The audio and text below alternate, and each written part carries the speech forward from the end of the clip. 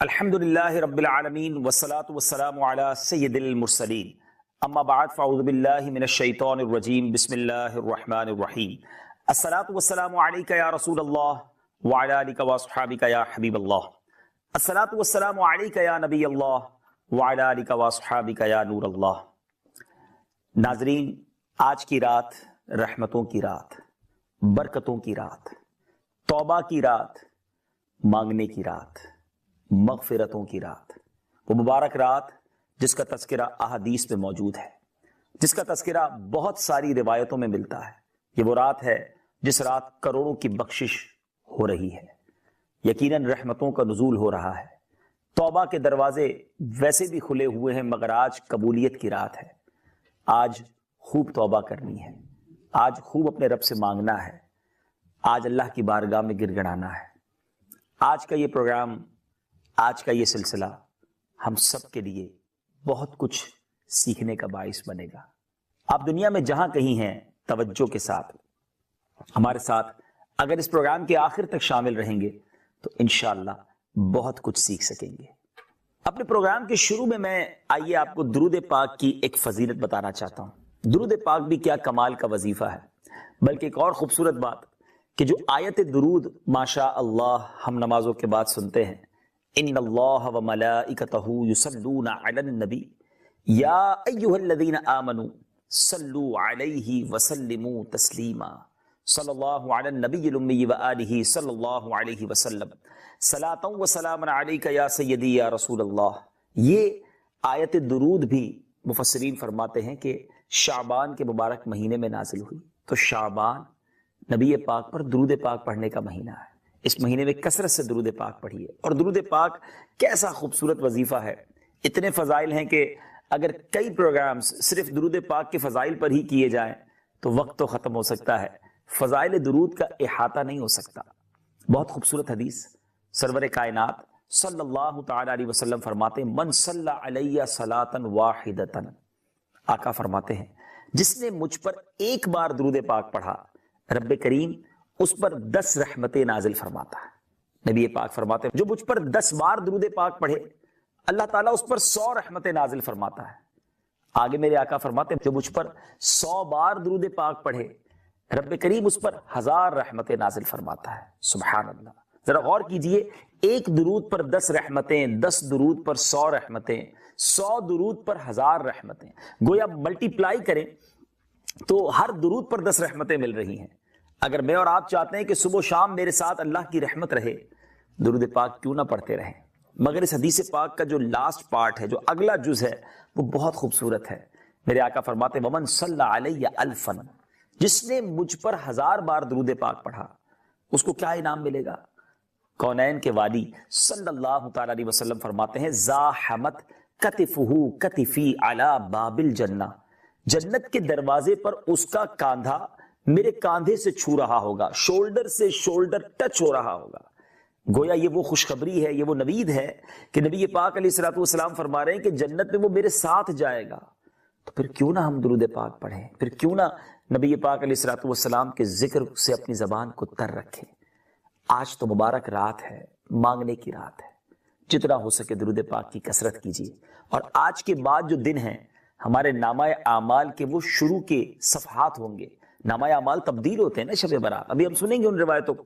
تو اب اپنے اگلے جو دن ہیں وہ اور عبادت میں، اعکاش نفلی روزوں میں، درود پاک میں گزاریں، تاکہ رمضان تک ہم مزید عبادتوں کے عادی بن جائیں اور پھر رمضان کا شاندار استقبال کریں۔ شعبان کا مہینہ کس قدر پیارا ہے، کس قدر امپورٹنٹ ہے کہ ایک حدیث پاک میں پیش کرنا چاہوں گا۔ عاشقان رسول کے لیے بہت زبردست موٹیویشن ہے اس حدیث پاک میں۔ پیارے آقا علیہ الصلوۃ والسلام فرماتے ہیں الشعبان شہری و رمضان شہر اللہ، شعبان میرا مہینہ ہے اور رمضان اللہ کا مہینہ ہے۔ سبحان اللہ، غلام کے لیے اس سے بڑی کیا سعادت ہے کہ نبی پاک فرمائے کہ یہ مہینہ میرا مہینہ ہے۔ تو ہمیں تو اس مہینے کی بہت قدر کرنی چاہیے۔ سبحان اللہ، شیخ عبد القادر جیلانی غوث اعظم رضی اللہ تعالیٰ عنہ کمال کی بات اپنی کتاب میں فرماتے ہیں کہ شعبان کے 5 حروف ہیں، شین، عین، با، الف اور نون۔ کیا خوبصورت ایبریویشن، ان الفاظ کی کیا خوبصورت وضاحت پیران پیر سیدی غوث اعظم رضی اللہ تعالیٰ عنہ فرماتے ہیں، آپ فرماتے ہیں اپنی مشہور کتاب غنیت الطالبین میں کہ شین سے مراد شرف ہے یعنی بزرگی، عین سے مراد علو یعنی بلندی، با سے مراد بر یعنی بھلائی ہے، الف سے مراد الفت اور نون سے مراد دور۔ سبحان اللہ، یہ تمام چیزیں اللہ تعالیٰ اپنے بندوں کو اس مہینے میں عطا فرما دیتا ہے۔ غوث اعظم فرماتے ہیں بندوں کو یہ تمام چیزیں اس مہینے میں رب عطا فرماتا ہے۔ یہ وہ مہینہ ہے جس میں نیکیوں کے دروازے کھول دیے جاتے ہیں، برکتوں کا نزول ہوتا ہے، خطائیں مٹا دی جاتی ہیں، گناہوں کا کفارہ ادا کیا جاتا ہے، اور خیر البریہ سید الورا جناب محمد مصطفیٰ صلی اللہ تعالیٰ علیہ وسلم پر درود پاک کی کثرت کی جاتی ہے۔ غوث اعظم فرماتے ہیں یہ نبی مختار صلی اللہ تعالیٰ علیہ وآلہ وسلم پر درود بھیجنے کا مہینہ ہے، پھر کیوں نہ اس مہینے کی قدر کی جائے۔ اور بالخصوص جو آج کی شب ہم یہ پروگرام دیکھ رہے ہیں، یہ تو شب براءت ہے۔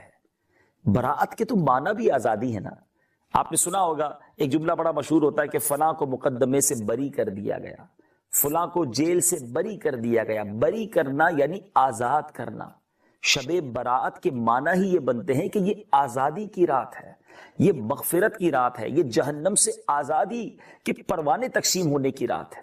تو پھر کیوں نہ اس رات ہم خوب اللہ کی عبادت کریں۔ شعبان کا مہینہ دیکھیں نا، آلموسٹ آدھا گزر گیا ہے، مگر کیا میری اور آپ کی زندگی میں، ہماری روٹین لائف میں کوئی تبدیلی آئی؟ صحابہ کرام کا کیا انداز ہوتا تھا؟ صحابہ کرام علیہم الرضوان کس طرح ماہ شعبان کو گزارتے تھے؟ کتابوں میں لکھا کہ ماہ شعبان کا جب چاند نظر آتا تو صحابہ کرام تلاوت قرآن کی طرف خوب متوجہ ہو جاتے، اپنے اموال کی زکوٰۃ نکالتے تاکہ غرباء اور مساکین ماہ رمضان میں اپنے روزوں کی تیاری کر سکیں۔ حکام قیدیوں کو طلب کرتے اور جن پر حد یعنی شرعی سزا وغیرہ جاری کرنی ہوتی وہ جاری کر دیتے، جنہیں معاف کرنا ہوتا معاف کر دیتے۔ کاروباری لوگ اپنے قرضے ادا کر لیتے، جن کو دینا ہوتا انہیں دے دیتے، جن سے لینا ہوتا وہ لے لیتے۔ یعنی ایوری بڈی مصروف ہو جاتے، کسی طرح رمضان سے پہلے اپنے آپ کو فری کر لیں، اپنے معاملات کو سیٹل ڈاؤن کر لیں۔ اور پھر جیسے ہی رمضان نظر آتا تو کئی صحابہ کرام غسل کر کے اعتکاف میں بیٹھ جاتے۔ They trying to prepare themselves، وہ تیاری کرتے رمضان کی، استقبال رمضان کی تیاری شعبان میں ہو رہی ہوتی۔ اور شعبان میں سبحان اللہ میرے آقا مدینے والے مصطفیٰ صلی اللہ تعالیٰ علیہ وسلم شعبان کیسے گزارتے؟ یہ بڑی امپورٹنٹ بات ہے کہ ہم نبی پاک کے امتی ہیں نا، ہمیں بھی پتا ہونا چاہیے کہ ہمارے آقا کا شعبان کیسا ہوتا تھا۔ بی بی عائشہ صدیقہ رضی اللہ تعالیٰ عنہا فرماتی ہیں کہ میں دیکھتی کہ نبی پاک علیہ الصلوۃ والسلام رمضان کے بعد سب سے زیادہ نفلی روزے شعبان میں رکھا کرتے۔ تو آپ نے پیارے آقا علیہ الصلوۃ والسلام سے عرض کی کہ حضور میں دیکھتی ہوں آپ کسی اور مہینے میں اتنے نفلی روزے نہیں رکھتے، رمضان کے بعد شعبان میں سب سے زیادہ نفلی روزے آپ رکھتے ہیں۔ تو نبی پاک علیہ الصلوۃ والسلام نے کیا ارشاد فرمایا؟ میرے آقا علیہ الصلوۃ والسلام نے فرمایا رجب اور رمضان کے بیچ میں یہ مہینہ ہے، لوگ اس سے غافل ہیں، اس میں لوگوں کے اعمال اللہ رب العالمین کی طرف اٹھائے جاتے ہیں، اور مجھے یہ محبوب ہے کہ میرا عمل اس حال میں اٹھایا جائے کہ میں روزہ دار ہوں۔ اب ذرا غور کیجئے ناظرین، یہ بڑی اہم بات ہے کہ نبی پاک صلی اللہ تعالیٰ علیہ وسلم وہ عظیم ہستی ہیں کہ جن کے صدقے ہماری مغفرت ہونی ہے، مگر ان کا یہ عالم تھا، خوف خدا کا عالم یہ تھا کہ میرے نامہ اعمال اللہ کی بارگاہ میں پیش ہوں تو میں روزے سے ہوں۔ کیا ہمیں یہ فکر ہے؟ جی ہاں، آج کی رات اعمال نامے بارگاہ الہی میں پیش ہونے کی رات ہے۔ ہم میں سے کون ایسا ہے جس کو یہ ٹینشن ہو، یہ فکر ہو، یہ دل میں فکر ہو کہ میرے نامہ اعمال میں تو کچھ بھی نہیں ہے، پچھلا سال تو گناہوں میں گزرا ہے، اللہ کی بارگاہ میں جو نامہ اعمال پیش ہونے جا رہا ہے وہ تو سیاہ ہے۔ کیا ہم میں سے کسی نے رو رو کر اپنے رب کو راضی کرنے کی فکر کی؟ کیا آج توبہ کر کے اللہ کی بارگاہ میں یہ التجا کرنے کی فکر کی کہ مالک جو نامہ اعمال تیرے دربار میں پیش ہو رہا ہے وہ خالی ہے، گناہ ہی گناہ ہے، نیکیاں نہیں ہیں، نیکیاں ہیں بھی تو اس میں اخلاص نہیں ہے۔ کاش یہ فکر نصیب ہو جائے، کاش یہ سوز و گداز نصیب ہو جائے۔ اور یقین کریں اللہ بہت کریم ہے، دنیا میں اگر کسی کی رپورٹ غلط ہو جائے نا تو وہ ٹھیک نہیں ہو سکتی۔ ہم دنیا میں بھی تو بہت ساری رپورٹس بناتے ہیں، کوئی سٹاک رپورٹ بناتا ہے، کوئی ٹیکس رپورٹ بناتا ہے، کوئی اپنی پرفارمنس رپورٹ بناتا ہے، اور جب بھی کہیں رپورٹ پیش کرنی ہوتی ہے تو ٹینشن ہوتی ہے کہ رپورٹ اچھی ہونی چاہیے۔ اور دنیا کی رپورٹس میں تو لوگ بہت ساری گڑبڑ کر بھی لیتے ہیں، حالانکہ نہیں کرنی چاہیے، لیکن اللہ کی بارگاہ میں تو کچھ چینج نہیں کیا جا سکتا نا۔ وہاں تو ایسا تو نہیں نا کہ کوئی اعمال نامہ تبدیل کر دے گا کسی کو جناب سورس لگا کر. فرشتوں نے لکھا ہے, کوئی تبدیلی نہیں ہو سکتی. نماز قضا کی ہے تو قضا لکھی ہے, جھوٹ بولا ہے تو وہ لکھا ہے, بے حیائی کی ہے تو وہ لکھی ہے, اللہ کو ناراض کرنے والے کام کیے وہ بھی لکھے ہیں. لوگوں نے نہیں دیکھا. بعض لوگ گناہ کرتے وقت یہ سوچ رہے ہوتے ہیں مجھے کوئی دیکھ نہیں رہا, دروازہ بند کر دو, لائٹ بجھا دو, لیکن اللہ تو دیکھ رہا ہے. کرامن کاتبین فرشتے تو لکھ رہے ہیں, پتہ نہیں کیا کیا ہم نے کیا ہے, اور وہ سب لکھا ہوا ہے نامہ اعمال میں. اور وہ ساری بے حیائیاں, وہ ساری برائیاں, وہ ساری نافرمانیاں بارگاہ الہی پہ حاضرات پیش ہو رہی ہیں. پھر کیا کیفیت ہونی چاہیے؟ شرمندہ ہونا چاہیے, ندامت ہونی چاہیے. دنیا میں شرمندہ ہونے سے, اقبال جرم کرنے سے سزا سنائی جاتی ہے, مگر کریم کے دستور نرالے ہیں, اللہ کے دربار کی شان نرالی ہے. وہ کیسا کریم ہے. مجرم ایک بار اقبال جرم تو کر لے, ندامت سے کچھ سر تو جھکا لے, سچے دل سے پکارے تو صحیح اسے, وہ توبہ قبول فرماتا ہے, وہ گناہ معاف فرما دیتا ہے. یہ ساری رپورٹ چینج ہو سکتی ہے. جی ہاں, ہمارے گناہ, ہماری خطائیں, ہماری نافرمانیاں بہت ہیں, مگر ایک سچی توبہ, ایک مقبول توبہ ان تمام چیزوں کو تبدیل کر سکتی ہے. اس کے خزانوں میں کمی نہیں ہوگی. بس جو ریکوائرمنٹ ہے وہ ندامت ہے, وہ شرم ہے, آئندہ کے لیے گناہ نہ کرنے کا پکا ارادہ بھی ہے. اگر ان تمام چیزوں کو شامل کر کے سچی توبہ کر لی جائے, سچا مکہ وعدہ کر لیا جائے کہ یا اللہ اب تیری نافرمانی نہیں کروں گا, اب نماز قضا نہیں کروں گا, اب حرام روزی کے قریب نہیں جاؤں گا. وہ بالخصوص وہ بڑے گناہ جس کا تذکرہ احادیث میں ہے. آج میں آپ کو وہ حدیث بھی سنانا چاہتا ہوں کہ جس حدیث کا مضمون یہ ہے کہ نبی پاک علیہ الصلوۃ والسلام نے فرمایا, آج کی رات وہ رات ہے, شب برات کے بارے میں فرمایا کہ اللہ تبارک و تعالی قبیلہ بنی کلب کی بکریوں کے بالوں کی تعداد کے مطابق گناہ گاروں کو جہنم سے آزاد فرما دیتا ہے. یہ مثال ذرا سمجھنے والی ہے. کیا میں اور آپ اپنے سر کے بال گن سکتے ہیں؟ ہم اپنے سر کے بال نہیں گن سکتے. ایک بکری کے جسم پر کتنے بال ہوتے ہیں, اٹس امپاسبل ٹو کاؤنٹ. کیسے بندہ گن سکتا ہے؟ لیکن قبیلہ بنی کلب وہ قبیلہ تھا ناظرین جو عرب میں اس زمانے میں سب سے زیادہ بکریاں پالا کرتا تھا. اٹ مینز تھاؤزنز, ہزاروں بکریاں تھیں. اور کتنے اس کے بال ہوں گے, کروڑ بال. اتنے لوگ آج کی رات بخشے جائیں گے. آقا فرماتے اللہ اتنے بالوں کی تعداد کے مطابق گناہ گاروں کو جہنم سے آزاد فرماتا ہے. یعنی آج تو گویا چھما چھم رحمت برس رہی ہے. لیکن نبی پاک کی حدیثوں سے یہ بھی سیکھنے کو ملتا ہے کہ چند بد نصیب ایسے ہیں جو شب برات بھی نہیں بخشے جائیں گے. اور احادیث میں جو پہلا نام ملتا ہے وہ ہے شرابی, عادی شرابی. شب برات نہیں بخشا جائے گا. بدکاری کرنے والا, زنا کا عادی, شب برات نہیں بخشا جائے گا. ماں باپ کا نافرمان, وہ بھی نہیں بخشا جائے گا. رشتہ داریاں کاٹنے والے, قطع تعلقی کرنے والے, ان کے بارے میں بھی آیا, وہ بھی نہیں بخشے جائیں گے.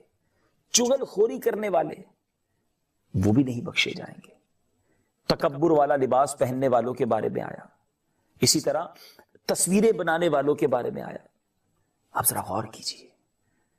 یقیناً یہ جو ڈیجیٹل پکچر آپ ہماری دیکھ رہے ہیں اس کو علماء نے جائز قرار دیا, مگر جو ہاتھوں سے تصویر بناتے ہیں, مجسمے بناتے ہیں, ان کے بارے میں ناجائز و حرام کا فتویٰ ہے. یہ 5 6 7 بالخصوص جو گناہ احادیث میں گنوائے گئے, اگر میرا کوئی بھائی ایسا مجھے سن رہا ہے جو خدا نہ خواستہ ان گناہوں میں مبتلا ہے, آج توبہ کی رات ہے, آج مانگنے کی رات ہے, آج گڑ گڑانے کی رات ہے. وہ کریم کے خزانے بہت بڑے ہیں. وہ جب چاہے ہمارے عیبوں کو, ہمارے گناہوں کو نیکیوں سے تبدیل کر سکتا ہے, مگر اس کے لیے شرط یہ ہے کہ ہم اس سے دوستی کر لیں, سچی توبہ کر لیں, پکا وعدہ کر لیں. آج ایسا نہ ہو کروڑوں بخشے جائیں اور ان بخشے جانے والوں میں ہم محروم ہو جائیں. شراب کا عادی نہیں بخشا جائے گا, مگر بدقسمتی سے آج مسلمانوں میں بہت کثرت کے ساتھ شراب عام ہوتی جا رہی ہے. شادیوں میں, پارٹیوں میں, میٹنگز میں, دوستوں میں کولڈ ڈرنک کی طرح لوگ شراب پی رہے ہیں. نہیں ناظرین, یہ حرام, جہنم میں لے جانے والا کام ہے.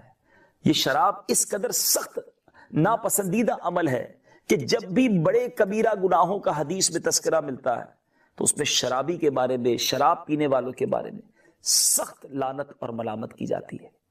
پھر ہم کیوں اس برے کام کے قریب جائیں؟ اور شراب، اچھا پھر کچھ لوگ کہتے ہیں ہم پیتے نہیں ہیں، دوست پیتے ہیں، ہم ساتھ بیٹھتے ہیں۔ یاد رکھیے احادیث میں ایسے دسترخوان پر بیٹھنے والوں کے لیے بھی وعیدیں آئی ہیں۔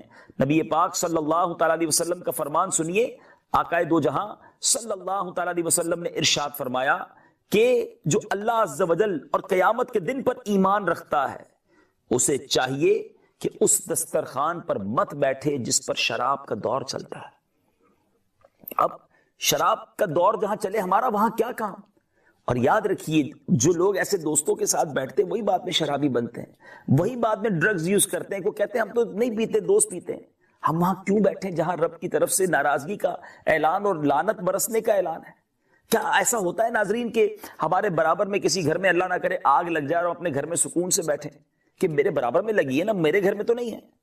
حفاظتی امور کے تحت پوری بلڈنگ خالی کرا لی جاتی ہے۔ زیادہ بڑی آگ ہو تو پورا محلہ خالی کرا لیا جاتا ہے۔ اس کی کیا وجہ ہے؟ کہ کہیں وہ آگ دوسرے گھروں تک نہ پہنچ جائے۔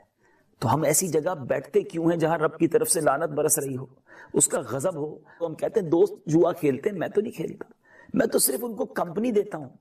نہیں ناظرین، یاد رکھیے ہمیں ایسے لوگوں کے ساتھ بیٹھنا ہے جن پر رحمتیں برس رہی ہیں۔ پنجابی شاعر نے بڑی پیاری بات کہی ہے، وہ کہتے ہیں بھلے بدے دی صحبت یاروں جویں دکان اتاراں، اچھے بندے کی، نیک لوگوں کی صحبت ایسی ہے جیسے پرفیوم کی شاپ، عطر کی دکان۔ وہ کہتے پیسے خرچ کرو نہ کرو، سودا لو نہ لو، خوشبو پھر بھی آ جاتی ہے۔ پرفیوم شاپ پہ جائیں، عطر کی دکان پہ جائیں، تھوڑا سا عطر وہ لگا بھی دیتے ہیں، نہ بھی لگائیں تو خوشبو تو آتی ہے نا، یہ فائدہ ہے نا۔ اور وہ لکھتے ہیں برے بدے دی صحبت یاروں جویں دکان لوہاراں، جو برے لوگ ہوتے ہیں، اللہ کے نافرمان ہوتے ہیں، ان کی جو صحبت ہے، ان کی کمپنی جو ہے وہ جیسے لوہار کی دکان ہے۔ کپڑے پاویں کنج کنج پئیے چنگا پین ہزاراں، کہ کپڑے کتنے بھی بچا لو، لوہار کی دکان پر چنگاریاں اڑ رہی ہوتی ہیں، وہ کپڑوں میں سوراخ کر دیتی ہیں۔ جو لوگ کہتے ہیں نا میں برائی نہیں کرتا مگر دوستوں کے ساتھ بیٹھتا ہوں، وہ پارٹیز کر رہے ہوتے ہیں، وہ شراب پی رہے ہوتے ہیں، وہ جوا کر رہے ہوتے ہیں، وہ بدکاریاں کرتے ہیں، میں اپنے آپ کو بچاتا ہوں۔ آپ کب تک بچائیں گے؟ شرابی کی صحبت میں بیٹھ کر اللہ کا فرما بردار تو نہیں بنا جا سکتا نا۔ We have to think about اور کمپنیز، ہمیں اپنی صحبتوں اور اپنی گیدرنگز کے بارے میں غور کرنا ہوگا۔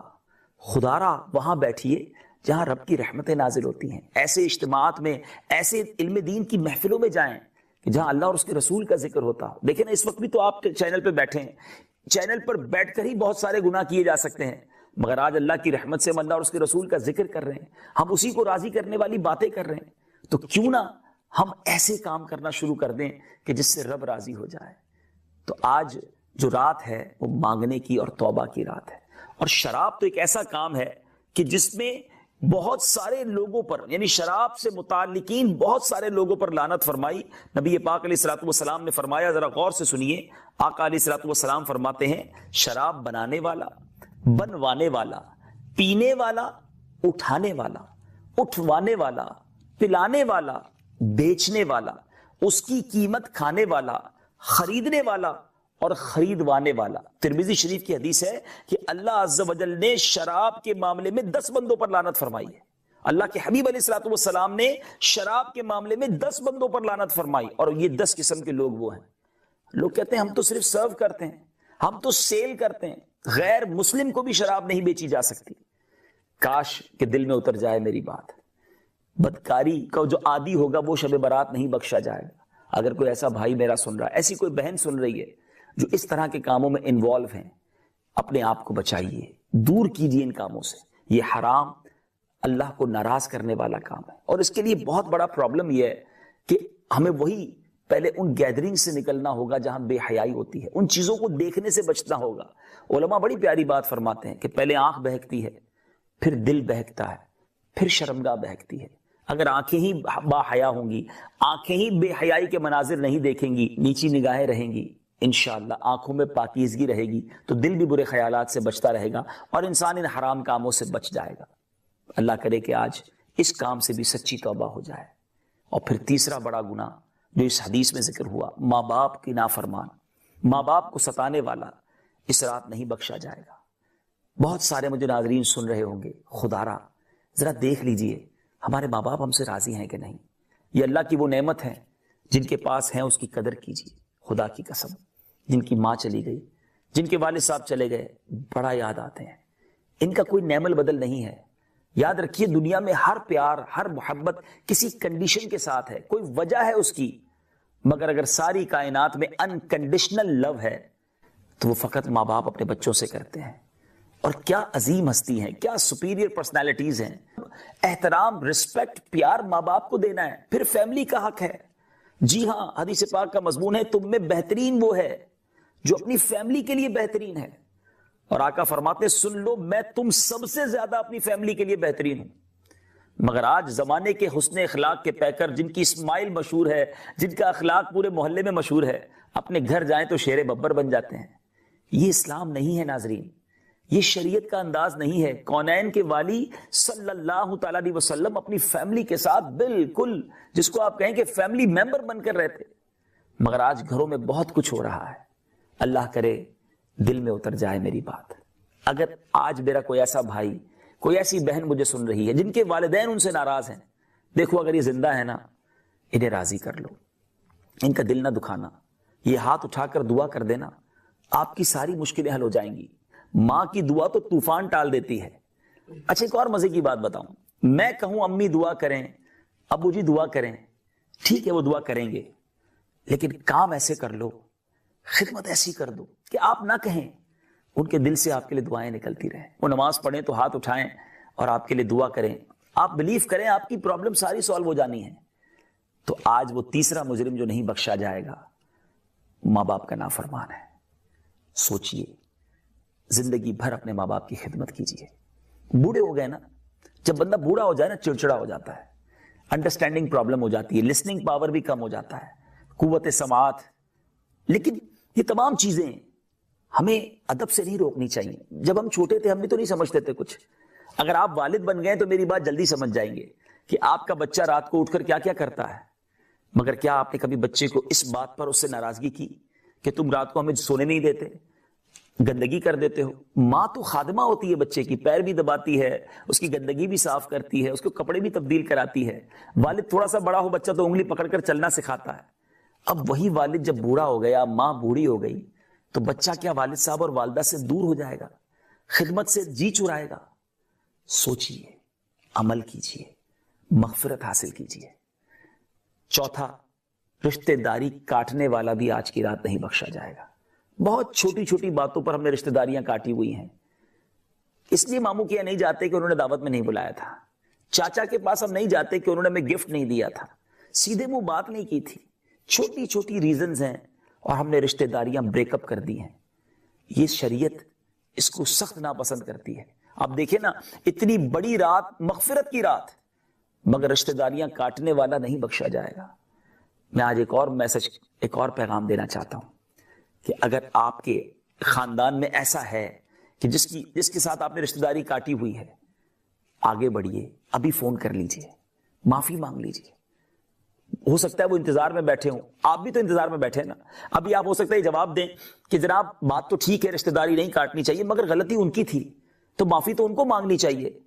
وہ آپ کی معافی کے انتظار میں ہیں، آپ ان کی معافی کے انتظار میں ہیں. سالوں نکل گئے، کئی عیدیں گزر گئیں، کئی ہمارے گھر اور ان کے گھر کے ایونٹ گزر گئے، ہم نے اپنے رشتہ دار کا چہرہ بھی نہیں دیکھا. تھوڑی سی زندگی ہے، دوریوں کے ساتھ، نفرتوں کے ساتھ نہ گزاریے، محبتوں کے ساتھ، محبتیں بانٹتے ہوئے گزاریے. آپ معافی مانگ لیجئے. پھر آپ کو شیطان کہے گا غلطی اس کی، میں کیوں مانگوں؟ کوئی بات نہیں، اللہ کو معافی مانگنے والا اور معاف کرنے والا بہت پسند ہے. آپ ایک بار معافی مانگ کر دیکھیے، تحفہ بھیج کر دیکھیے، ان کے گھر چلے جائیے، وہ بھی خوشی سے انشاءاللہ گلے لگا لیں گے. اگر پھر بھی وہ نہ گلے لگائیں تو آپ کم از کم قطع رحمی کرنے والے، رشتہ داری کاٹنے والے نہیں رہیں گے. ایسا نہ ہو تھوڑی سی ایگو، تھوڑی سی انا، تھوڑے سے تکبر کی وجہ سے آج سارے بخشے جائیں اور میں نہ رہ جاؤں. مغفرت سے بڑھ کر تو کوئی انعام نہیں ہے نا. تو پلیز اپنے رشتہ داروں کو جوڑ لیجئے. اسلام جوڑنے کا درس دیتا ہے، توڑنے کا درس نہیں دیتا. تو بہرحال ہمارے اس پروگرام کا وقت اب اختتام کے قریب ہے. میں آخر میں یہی عرض کروں گا، بہت خوبصورت، بہت فلیکسیبل ریلیجن ہے اسلام. بعض لوگ کہتے ہیں اسلام بڑا مشکل ہے. مشکل انہیں لگتا ہے جو دور سے دیکھتے ہیں. اگر شریعت کے اندر آ کر اسلامی تعلیمات کو صحیح طریقے سے سمجھ کر عمل کریں تو زندگی بہت خوبصورت ہو جاتی ہے, بڑی سافٹ ہو جاتی ہے. بہت کچھ انسان اپنی زندگی میں نہیں کر رہا ہوتا جو اسلام پر, شریعت پر اور سنت پر عمل کرنے کی برکت سے کر لیتا ہے. لیکن اس کے لیے ایک صحبت, ایک ماحول اختیار کرنا ہوگا. اچھوں کی صحبت اختیار کیجئے, اس طرح کے اجتماعات میں, پروگرامز میں شرکت کرتے رہیے. انشاءاللہ پھر کبھی زندگی رہی تو کچھ اور موضوعات لے کر حاضر ہوں گے. آپ بھی مجھ گناہگار کے لیے, میری مغفرت کے لیے دعا کیجئے. میں دعا کرتا ہوں کہ آج جتنے ناظرین ہمارے ساتھ اس پروگرام میں شامل ہیں, اللہ کریم سب کی مغفرت فرمائے. آج مانگنے کی رات ہے, رحمتوں کے نزول کی رات ہے. اللہ کریم ہماری بھی مغفرت فرمائے, ہمارے مرحومین کی بھی مغفرت فرمائے. یاد رہے شب برات قبرستان جانا سنت ہے. نبی پاک علیہ الصلوۃ والسلام شب برات جنت البقیع کے قبرستان میں تشریف لے گئے. اگر آپ ابھی رات باقی ہے, ابھی تک قبرستان نہیں گئے, تو قبرستان کے آداب کو ملحوظ رکھتے ہوئے, قبرستان کی جو سنتیں اور آداب ہیں اس کو ملحوظ رکھتے ہوئے قبرستان بھی جائیے, مرحومین کو ایصال ثواب بھی کیجیے. قبرستان جا کر ایک بات ضرور غور سے دیکھیے گا, یہ قبریں ساری ایک جیسی آپ کو نظر آئیں گی, لیکن یہ اندر سے ایک جیسی نہیں ہے. جی ہاں, آج ہم کسی علاقے میں بنگلو کو دیکھ کر, مکان کو دیکھ کر سمجھ جاتے ہیں کہ اس میں امیر لوگ رہتے ہیں یا اس میں غریب رہتے ہیں. اس میں جو رہنے والا ہے وہ لگژری لائف جی رہا ہے, اور اس مکان میں تو کوئی بڑی قسم پرسی کی زندگی گزار رہا ہے, بیکاز اس کی جو باہر کی لوکیشن ہوتی ہے ہمیں بتا دیتا ہے کہ اندر کیسا گھر ہوگا. لیکن قبریں ساری باہر سے ایک جیسی ہیں, اندر سے ایک جیسی نہیں ہیں. اور میں خود نہیں کہہ رہا, میرے آقا علیہ الصلوۃ والسلام کا فرمان ہے جس کا مضمون ہے قبریں دو طرح کی ہوتی ہیں, یا تو جنت کا باغ ہوتی ہے یا دوزخ کا گھڑا. دکھنے والی ایک جیسی ہیں, کوئی قبر میں عیش کر رہا ہے, برکتیں لوٹ رہا ہے, اور کوئی قبر میں عذاب بھگت رہا ہے. قبرستان جائیں تو اس بات کا خیال رکھیں کہ کل میں نے بھی جانا ہے. آج اکیلے جانے میں ڈر لگتا ہے. مجھے اور آپ کو کوئی کہے کہ ایک رات قبرستان میں اکیلے بتاؤ, ہم نہیں بتا سکتے, مگر مرنے کے بعد تو قیامت تک قبر میں ہی رہنا ہے نا. پلیز سوچئے, اپنی قبر کو جنت کا باغ بنانے والے کام کیجئے. آج ایک اور نیت کر لیجئے کہ آج کے بعد میری کوئی نماز قضا نہیں ہوگی. اللہ کرے دل میں اتر جائے میری بات.